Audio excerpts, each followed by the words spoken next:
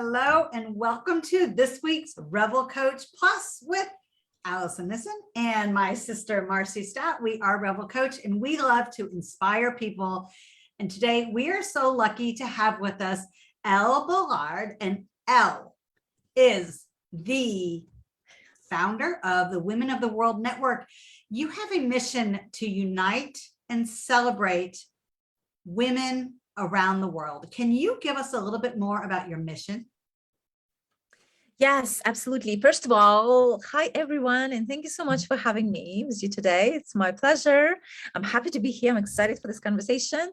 Yeah, thanks to Allison and Marcy for having me. So the mission of the organization is I really want to see more women from different cultures win, right? And for me, winning is not only gaining money and professional growth, but also personal fulfillment is big, which is one of our pillars as well in the community. And so that's a big mission, but uniting, combining, getting cultures together as we are learning from each other and building those partnerships. So that's one of the the reason why we do what we do. It's such a worthwhile mission. I feel like there is so much opportunity to help impact. When you are doing your work, I know this is something we had a chance to meet before the show started, and you were sharing like it's so amazing to have a career where you're just passionate about the work you do. Can you give us a little bit insight about how you actually do your work and what parts of it are just so rewarding? Yeah.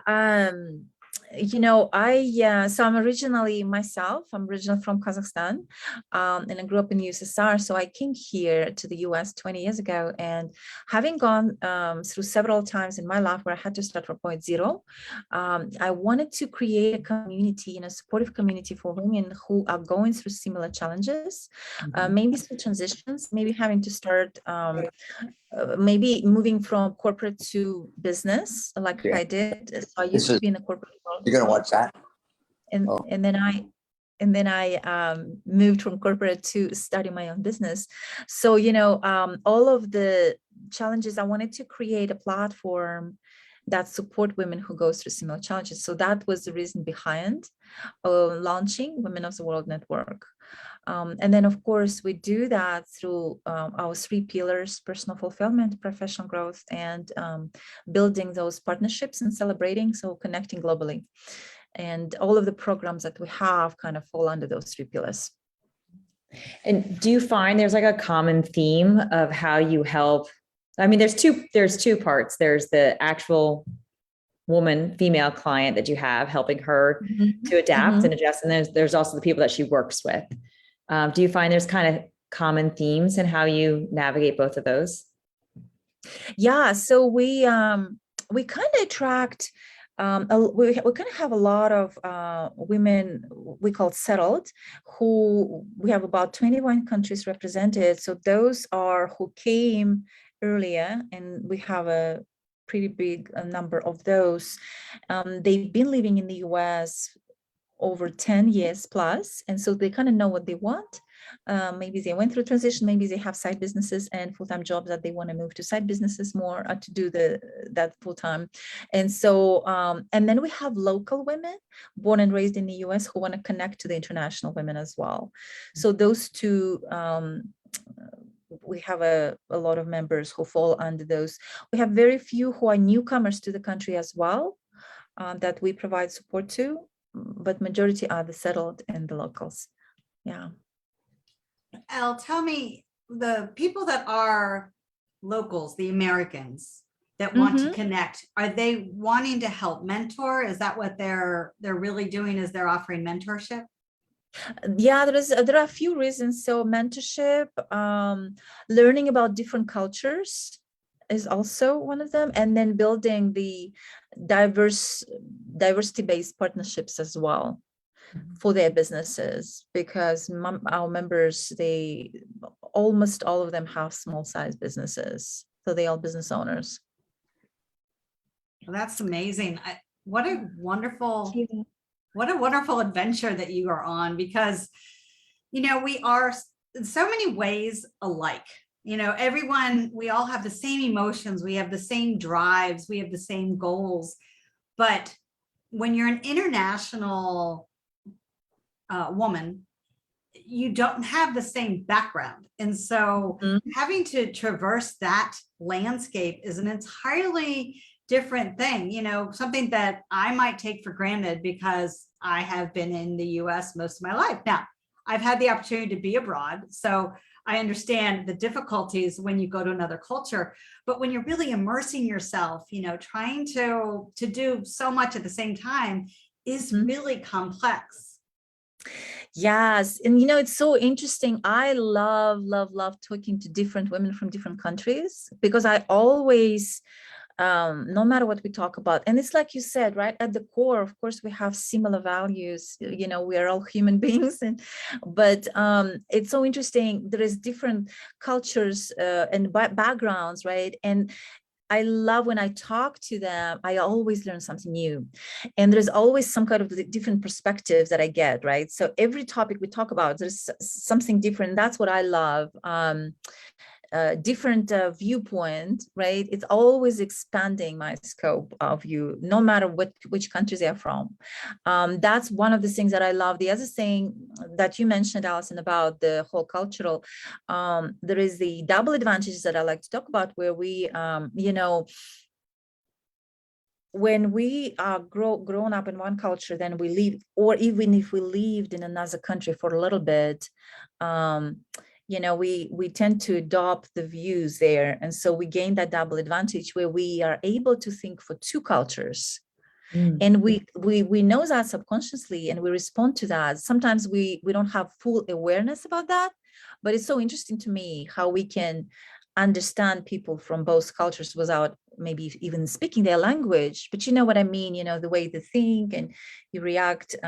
So I think that's what fascinates me as well. And you know, with the women that are, you know, successful with that type of transition, and even as you're mentioning, like empathetic enough to understand two cultures and their audience or whoever they're speaking with, they have come from a different perspective.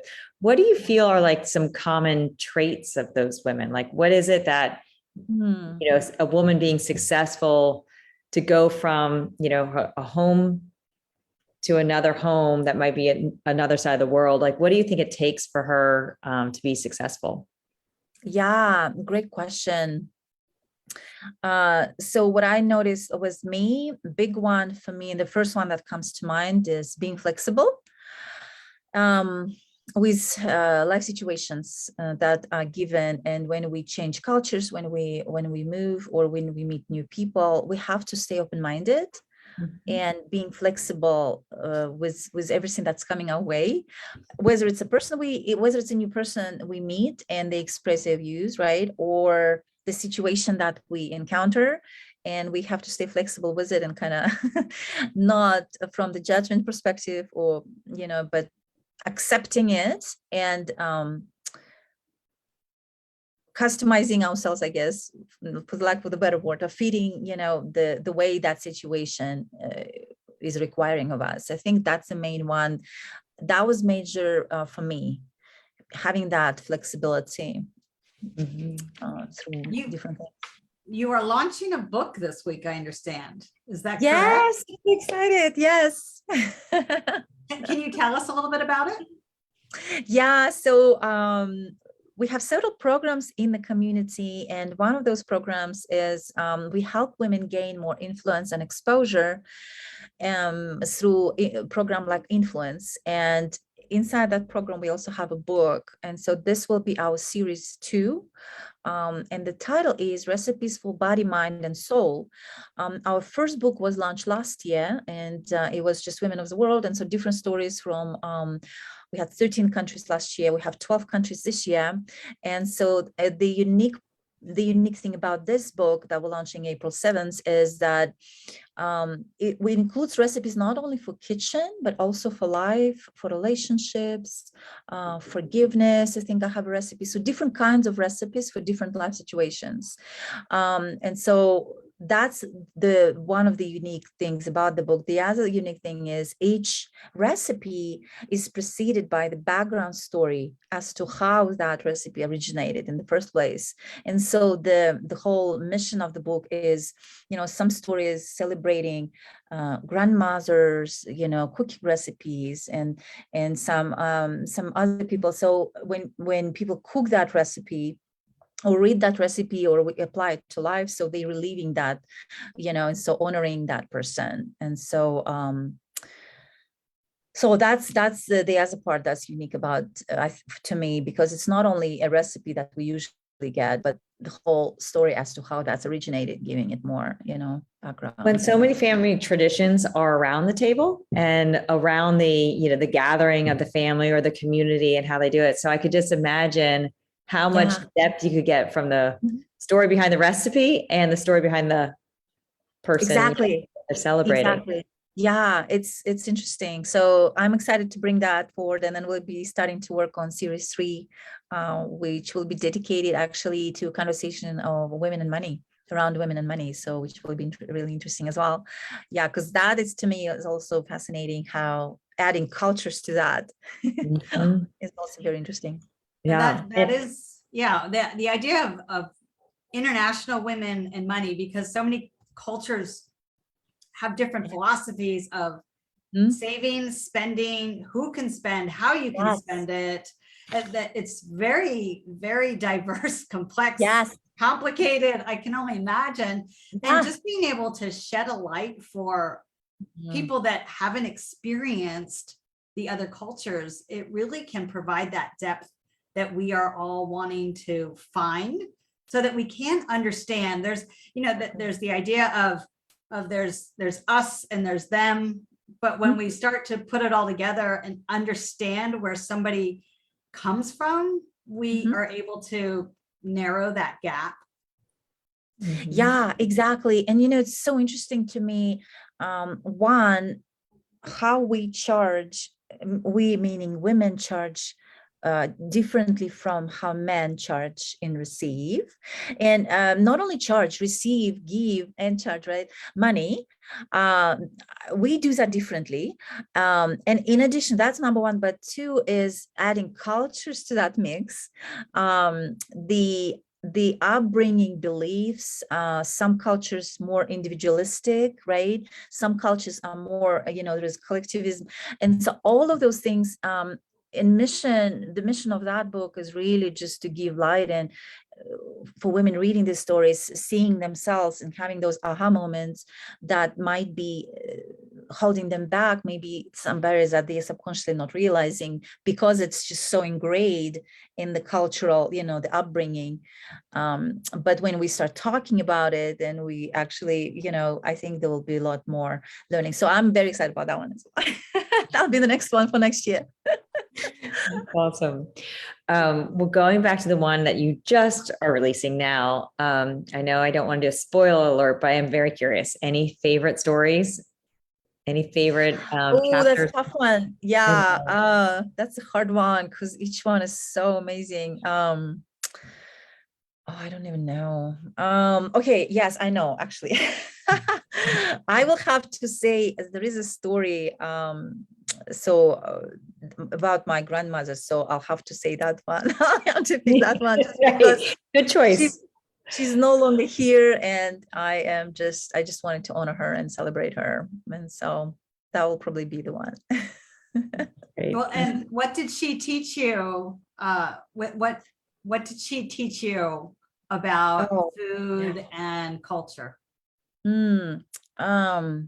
So she was a great leader in her own right, in her own time. And she gave me an amazing example of being a leader in her own life, supporting people, underprivileged people, where she was herself going under risk, was a risk, risking her own life, but helping others, and having just living her life with considering the circumstances, now that I can see that it's just so many lessons there that she showed by just living her life, not necessarily even talking about it. But looking back now, as I'm living my own life and looking back and remembering her story and knowing her story, there's so much there that she showed us, not necessarily told us, but that's how we learn, right? When we, Yeah, I'm sure I'm looking forward to reading that, because I feel it could be so insightful, as you see that. And it makes me ask you a question about your background. I know you're a certified leadership and personal brand coach.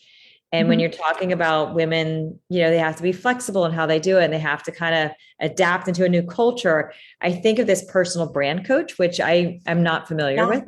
I'd love to learn more about that and how that certification has helped you bring these stories to life or help you with your work.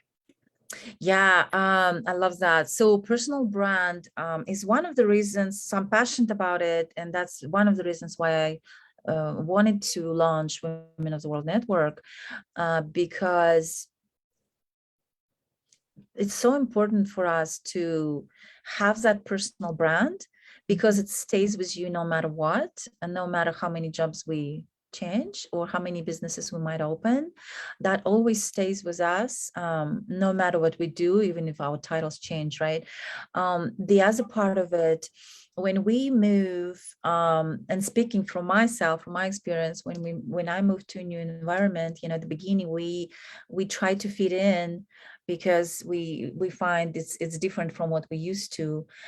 But I think finding the courage to say, this is who I am, and this is what I'm going to do. And, that is an important awareness that needs to happen. And so in that process, and so when we have that personal brand identified, and the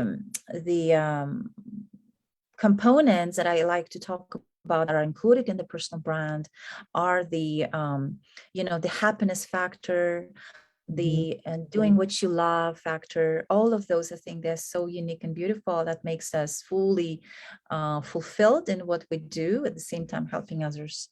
So yeah, so that's why I'm so passionate about that concept. That's so great. Think about the happiness. Like, is there anything that you've noticed that sometimes people get in their own way and they hold themselves back? Yeah. I think we very often do that. I catch myself standing in my own way. And so I have to, remind myself that, okay, this is me not letting me through. But I think when we talk about it and discuss about it, we help each other that way, and supporting each other that way. And we women, that's how we thrive. I think we thrive in the communities. We need sisterhood to grow and develop. And that's why providing that platform where we can all come in and share, knowing that we're not going to be judged, knowing that we're not going to be, just knowing that we can share safely in the supportive environment. I think both sides, it's a win-win, both sides learn.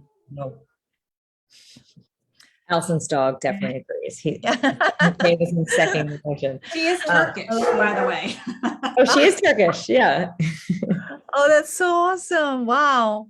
What a coincidence. She barks with a Turkish accent. So.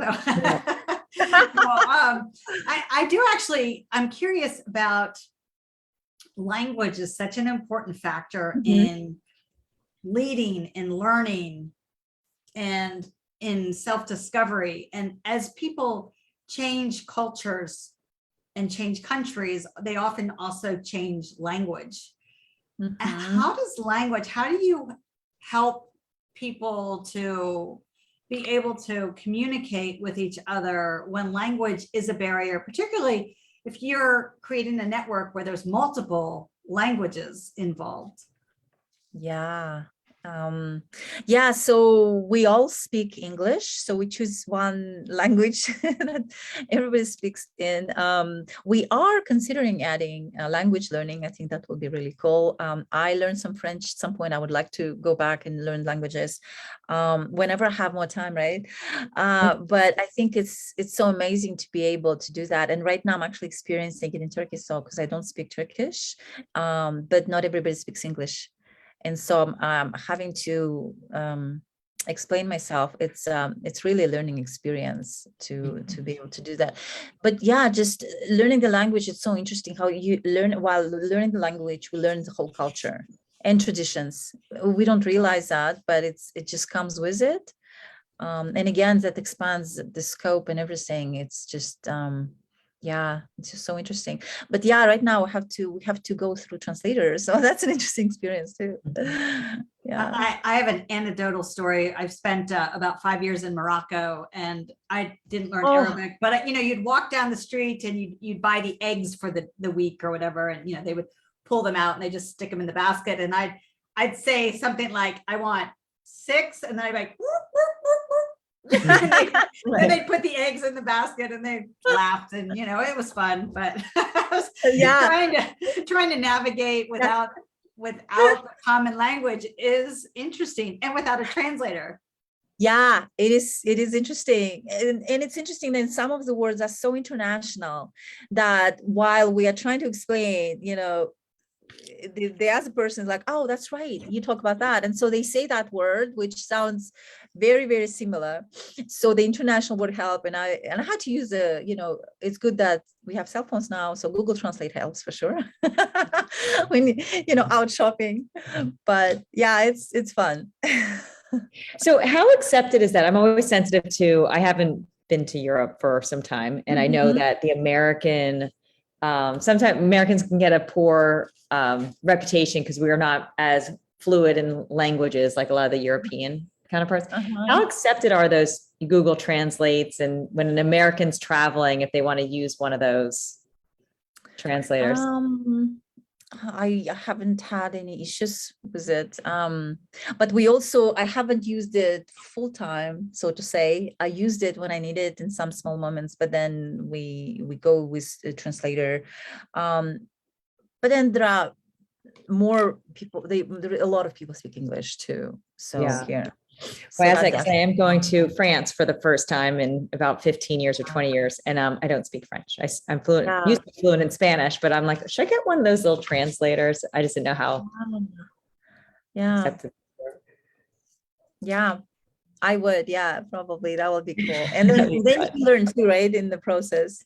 Yeah. We bought a dictionary today, actually, that translates and has phrases in it too. It's kind of fun too. Yeah, to play with that accent as well, so that people actually understand you. It's really good too. That's awesome. So before we end our interview, we always like to ask one question.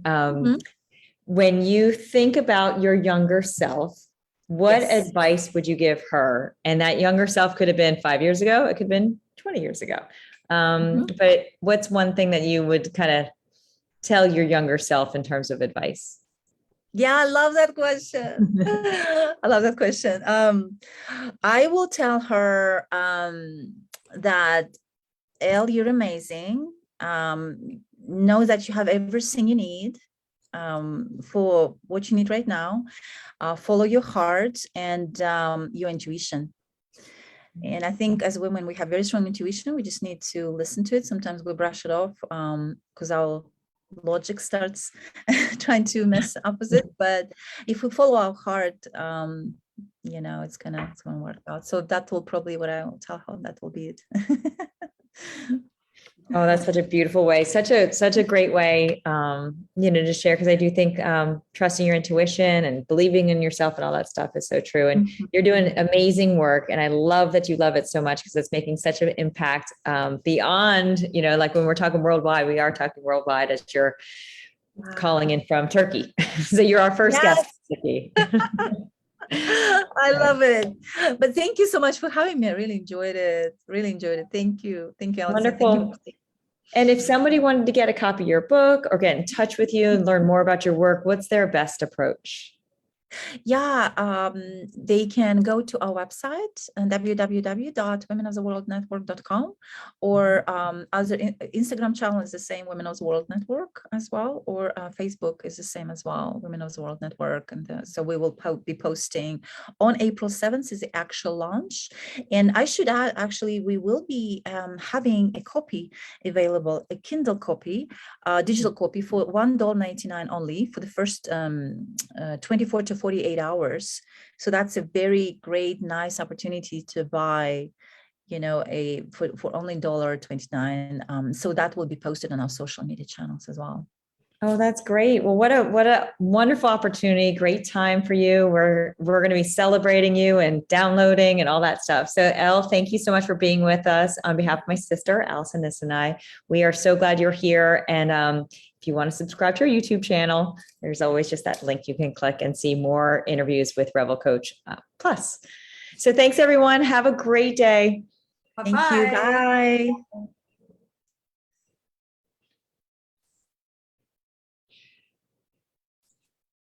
We're still live. We're still on live, aren't we?